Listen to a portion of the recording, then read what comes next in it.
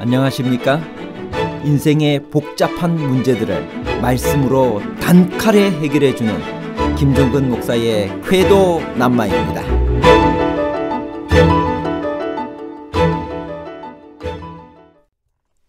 전투가 승리로 끝난 후 이스라엘 사람들이 기드온에게 왕이 되어달라고 했을 때 기드온의 기분은 어떠했을까요? 왕이 되어달라는 요청도 거절한 기드온이 에봇을 만든 것은 전쟁 승리의 기념이었나요? 아니면 대제사장이 되어 종교적으로 주목을 받고 싶었기 때문인가요? 전쟁 승리의 기념과 우상 숭배에 관한 복잡한 문제를 하나님 말씀의 가르침으로 명쾌하게 해결해 드리겠습니다. 전투가 승리로 끝난 후 이스라엘 사람들은 기드온에게 무엇을 요청했나요? 기드온의 대답은 무엇이었나요? 사사기 8장 23절.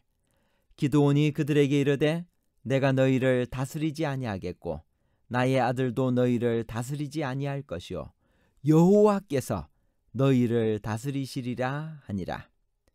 위대한 승리 후에 당신과 당신의 아들과 당신의 손자가 우리를 다스려 달라는 것은 왕이 되어 달라는 요청이었습니다. 왕의 권력과 부를 주겠다는 백성들의 열광적인 요청은 기드온에게 실로 달콤한 유혹이었을 것입니다. 그는 민족적 영웅이 되었습니다. 그가 마음만 먹으면 그는 이스라엘의 첫 번째 왕이 되는 영광을 누릴 수 있었습니다. 그러나 기드온은 자신의 성취가 전적으로 자신을 돕는 하나님의 능력으로 이루어졌음을 잘 알고 있는 겸손한 사람이었습니다.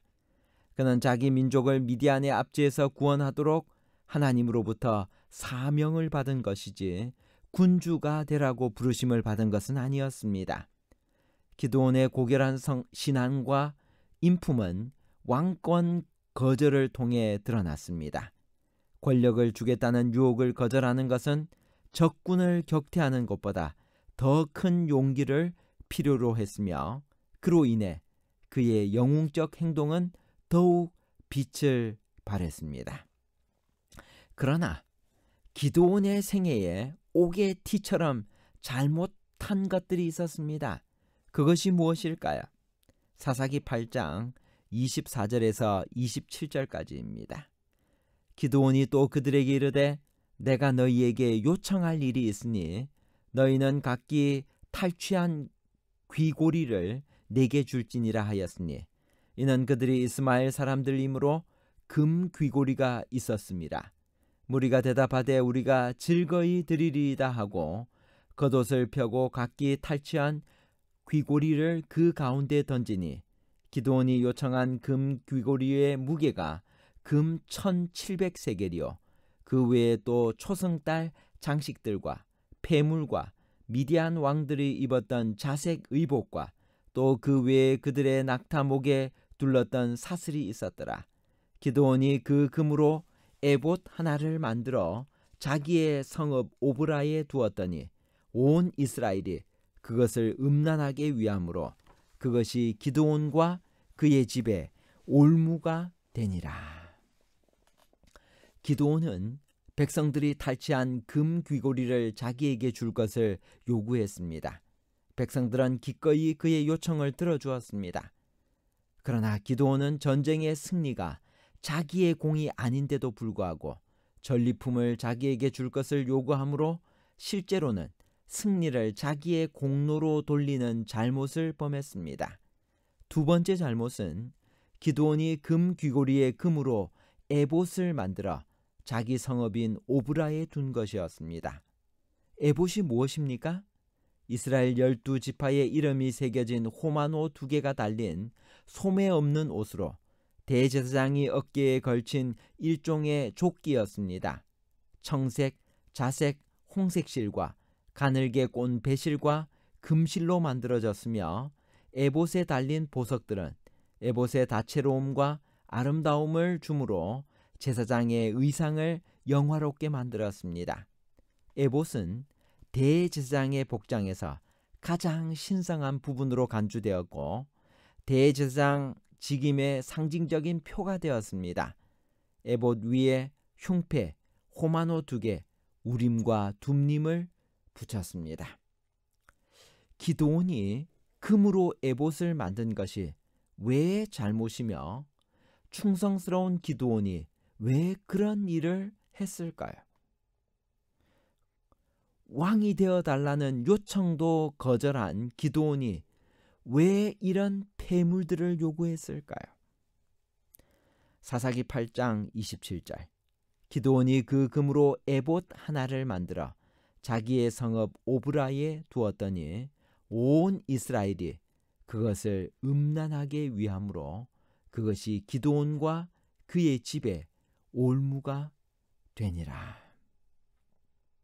에봇은 대제사장이 입는 옷이었습니다. 그가 왜 이런 일을 했을까? 이유는 간단합니다. 왕의 지위를 거절한 기드온이 대신 제사장이 되고자 한 것입니다. 인기 있는 한 지도자인 기드온의 이런 행동이 순식간에 반향을 일으켰습니다.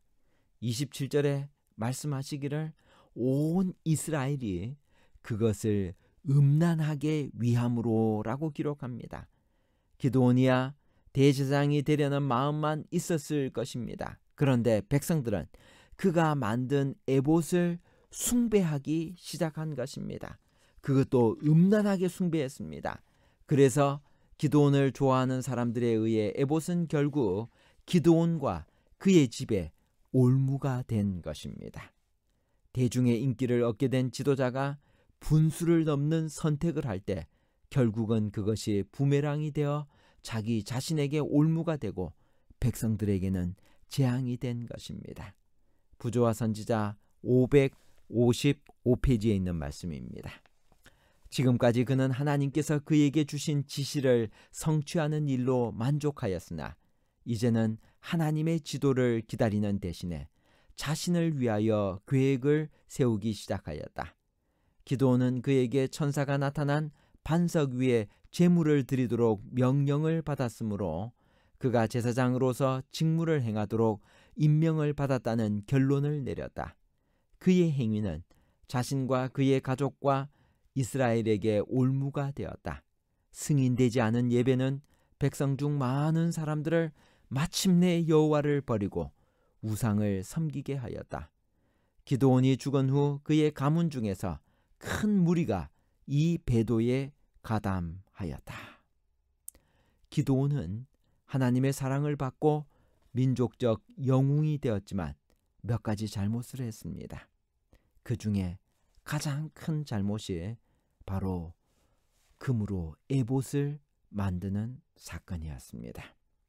기드온은 비록 왕이 되는 것은 거절했지만 적극적으로 영광을 하나님께 돌리지 않고 왕처럼 행동하고 왕의 특권을 누리고자 했습니다.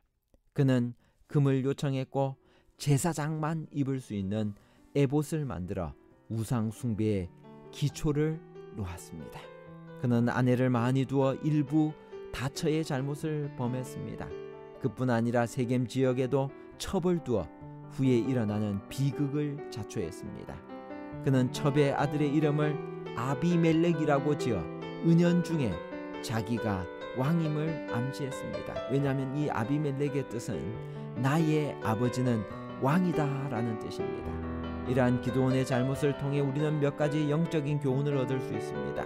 첫 번째, 비록 어떤 행동의 동기가 훌륭하고 정당한 것처럼 보인다 하더라도 그것이 정도에서 벗어나고 하나님의 뜻이 아니라면 악한 영향을 끼친다는 것입니다. 두 번째, 어떤 사람이 존경받는 지도자일수록 그 사람의 악한 모본이 끼치는 영향은 더 광범위해지기 때문에 지도자는 생애의 모든 행동을 조심해야 합니다. 삶의 올바른 원칙은 오직 하나님의 율법뿐입니다. 셋째, 자기가 받은 모든 영예는 하나님께서 주신 것임을 명심하고 겸비해야 합니다. 네 번째, 사람들의 칭찬과 열광에 마음이 흔들려서는 안 됩니다. 다섯 번째, 처음에 겸손하고 진실한 행동을 끝까지 유지하는 것이 중요합니다. 결론입니다.